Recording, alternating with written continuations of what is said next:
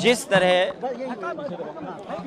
उत्तर प्रदेश में लगातार पिछले 5 साल का कार्यकाल और जब से ये दोबारा सरकार को मौका मिला है, उत्तर प्रदेश की सड़कें जर्जर हैं, गड्ढे बन गए हैं सड़कों पर।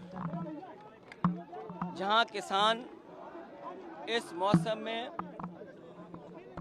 जल भराव, बाढ़ से परेशान होता था, इस बार उत्तर प्रदेश में देखने को मिल रहा है कि कुछ हिस्सों में बाढ़ है, कुछ हिस्सों में सूखा है और अभी भी किसानों को कोई राहत नहीं दी गई है। न बाढ़ के नुकसान से कोई राहत पहुंची है और ना ही सूखे की वजह से जो किसानों का नुकसान हुआ है उस पर कोई सरकार ने भरपाई या राहत दी है। वहीं बड़े पैमाने पर जानवर बीमारी से मर रहे हैं, गायों की मौत हो रही है। जो वायरस फैला है, लंपी वायरस है जो, जिसके कारण हजारों हजार गायों की जान जा चुकी है, जानवरों की जान गई है। अभी सरकार ने कोई मदद नहीं की, न उन जानवरों की देखभाल के लिए सरकार कुछ कर पाई है और लगातार महंगाई बढ़ा रही है सरकार। ये डबल इंजन की सरकार, जिसे मौका जनता ने उत्तर प्रदेश में भी दिया और दिल्ली में भी बहुमत मिल गया, लेकिन आप देखिए लगातार महंगाई बढ़ी है। इतनी महंगाई जो जनता को सामना करना पड़ा है, जनता पिस गई है महंगाई में। और कानून व्यवस्था इतना कभी बर्बाद नहीं हुआ होगा। जहां भ्रष्टाचार चरम सीमा पर है, जहां राहत मिलनी चाहिए थी जनता को, वहीं महंगाई हर चीज की हो गई है।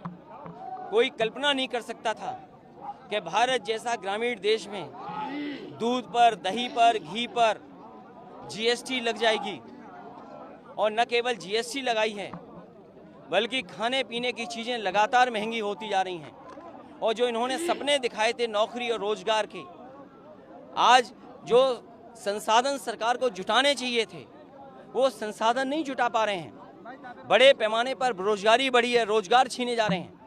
प्राइवेटाइजेशन कर करके जो संविधान ने अधिकार दिए पिछड़ों को, दलितों को, गरीब को, वो भी अधिकार छीने जा रहे हैं। कोई विभाग नहीं बचा जो सरकार बेच न रही हो। रेलवे बिक गया, हवाई जहाज एयरपोर्ट बिक गए। जहां पर बड़े पैमाने पे नौजवानों को नौकरी रोजगार मिल जाने चाहिए थे, वो सब खत्म कर दिए गए। फौज की कोरोना की वजह से भर्ती बंद थी, भर्ती नहीं हो रही। और जिस रूप में ये लेकर के आए अग्निवीर, कोई नौजवान उससे संतुष्ट नहीं है। जिस समय नौजवान निकले थे उस समय उन पर झूठे मुकदमे लगा दिए गए। अभी फर्रुखाबाद में भर्ती शुरू हुई है।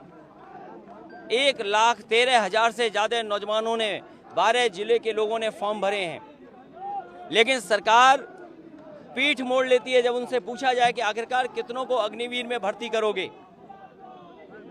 तो रोजगार ठप, नौकरी नहीं, किसान बर्बाद। और अभी भी गन्ने के किसानों का बकाया है। चीनी मिलें किसानों का गन्ने की कीमत नहीं दे पा रही हैं।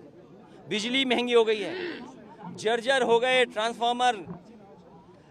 जो कैपेसिटी सरकार को बढ़ानी चाहिए थी वो कैपेसिटी नहीं बढ़ा पा रहे हैं। इसलिए समाजवादी पार्टी पहले भी इन सवालों पर धरना देना चाहती थी। हमारे विधायक जाकर के सदन के में बैठ कर के और सदन के बाहर धरना देना चाहते थे, सरकार ने रोक लिया। आज जब हम सब लोग पैदल जाना चाहते थे उस समय भी रोका गया है। आखिरकार ये कैसी सरकार है जो विधायकों को, पूर्व मंत्रियों को, कई बार के विधायक हैं, पूर्व स्पीकर हैं, बड़े बड़े पदों पे पूर्व में लीडर ओपोजिशन रहे, वो सब साथ हैं, उनको सदन में नहीं जाने दे रहे। आखिरकार सदन में जाकर के हम अपनी जनता की तो बात उठाते हैं। आखिरकार सरकार क्यों नहीं फेस करना चाहती है? और सरकार इसीलिए नहीं फेस करना चाहती है क्योंकि हर मुद्दे पर सरकार असफल हुई है। लेकिन लोकतंत्र के मूल्यों को बचाने के लिए समाजवादी पार्टी इसी तरह यही सड़क का रास्ता अपनाएंगे। जब सदन में इन्होंने नहीं जाने दिया तो सदन चला करके वंदे मातरम से शुरुआत कर करके, और हमारे जो विधायक अरविंद गिरी जो हमारे बीच नहीं रहे, उनकी भी शोक सभा कर करके खत्म की है। और अगली रणनीति क्या होगी वो भी हम लोग विधायक बैठ करके तय करेंगे। बीजेपी के लोग ये कह रहे हैं कि जो लंपी वायरस आया वो चाइना और पाकिस्तान के लोग भेज रहे हैं। डबल इंजन की सरकार है, कहा जाता है गौ भक्तों की कथा। ये जानवर, गाय, भैंस और जानवरों को बड़े पैमाने पर नुकसान हुआ है, जाने गई हैं। सरकार ये बताए कि जानवरों की बीमारी को बचाने के लिए आपने क्या व्यवस्था की है। इस सरकार में न केवल जानवरों की जान जा रही है, गरीब अगर इलाज कराना चाहेगा तो इलाज नहीं हो रहा। पीएससी उठा लो, सीएससी उठा लो, जिला अस्पताल उठा लो, राजधानी के बड़े अस्पताल उठा लो, मेडिकल कॉलेज उठा लो, इतनी लंबी लंबी कतारें लगी हैं कि गरीब को पहले तो इलाज नहीं।